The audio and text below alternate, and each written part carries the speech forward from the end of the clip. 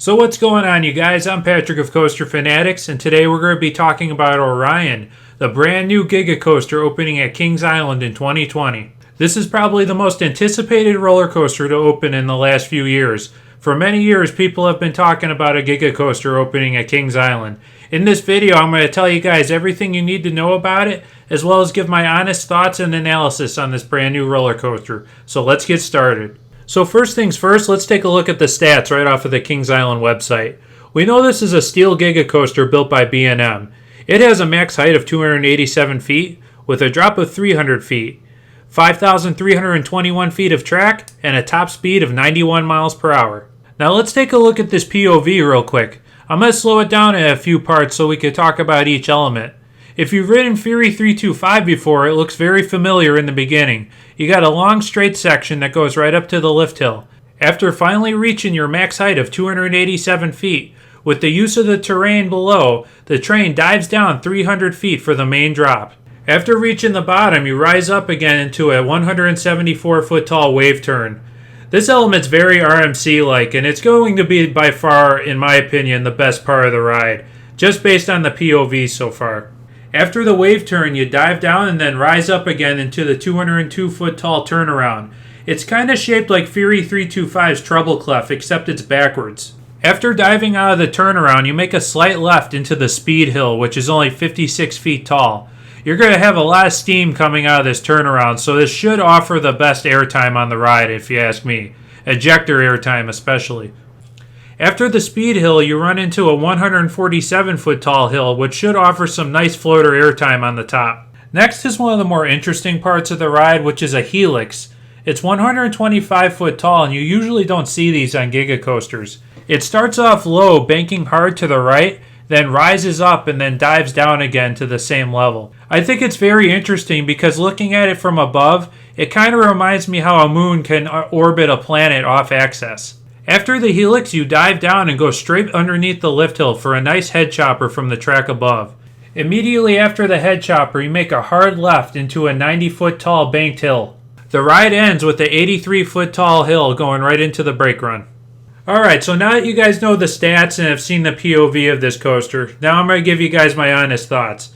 And let me start off by saying that I'm happy for the locals, you know, the people that go to Kings Island every single year that live in the area. You know, you guys have all been asking for a Giga coaster at this park for many years now, and it's finally happening. And it's not just you guys. A lot of people all around the world have been saying, you know, Giga coaster, Kings Island is, you know, it's a match made in heaven, you know.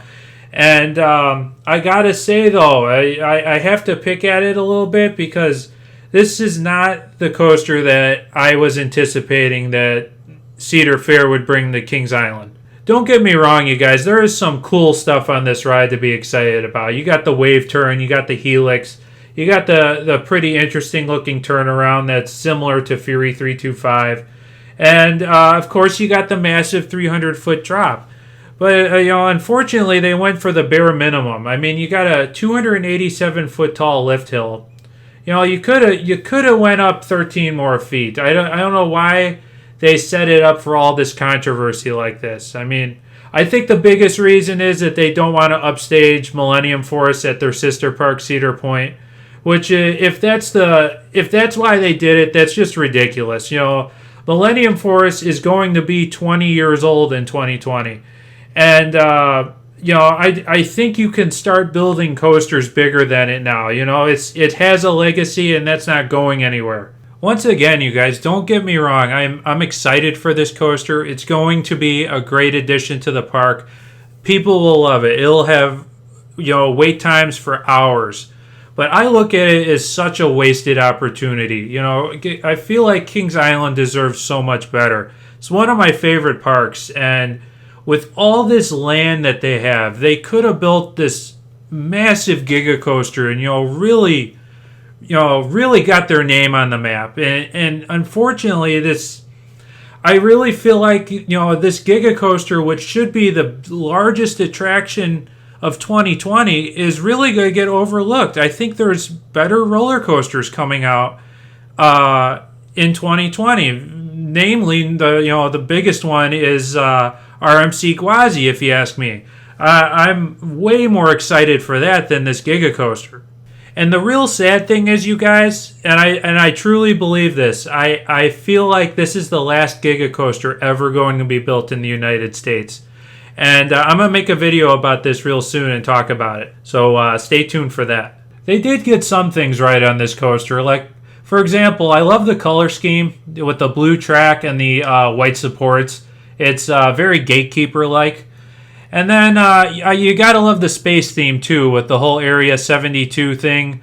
And it's going to go well right next to Flight of Fear. I don't love the logo or the name at all. To me, it's not Kings Island at all.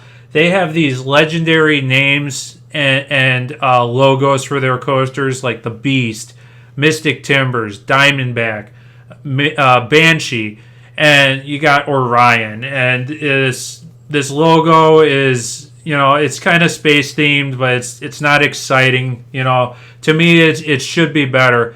It has industrial looking lettering similar to Millennium Force, kind of steel looking, and then it has like a kind of like space theme in the background of it. It's not super exciting. I hope I don't think they could do much with the entrance on this. I mean, you're not gonna walk up to it like Mystic Timbers or like Banshee, with these awesome logos and entrance signs, and I don't feel like they can do much with this. I mean, we'll see. Maybe they surprise me. Like I said, it's going to be a good addition to the park. It will bring people in, and the general public will love it. It's just, I'm always going to look at this as a wasted opportunity. Kings Island, in my opinion, deserves better.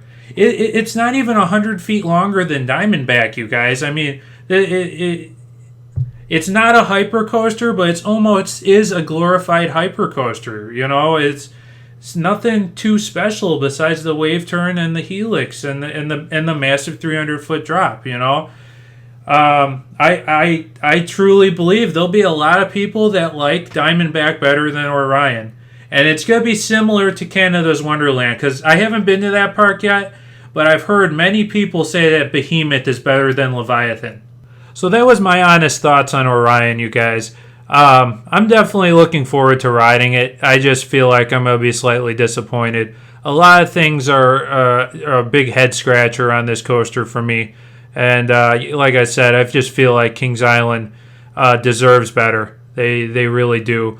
But I'm definitely going to be there in spring 2020 to review this ride for you guys. I don't anticipate my thoughts changing too much, but we'll see. I hope it surprises me. I really do. So stay tuned for those videos coming out next year. Right now, I definitely want to hear what you guys have to say about Orion in the comment section. Whether you like it or you think it should have been better, or if you totally hate it, I definitely want to know what you guys think. If you enjoyed this video, don't forget to smash that like button and definitely share this video with your friends. If you're new around here, don't forget to hit that CoasterFanatics icon to subscribe and stay updated on all things roller coaster. Thanks again for watching, you guys. I'm Patrick of CoasterFanatics, and I'll catch you all in the next video very, very soon.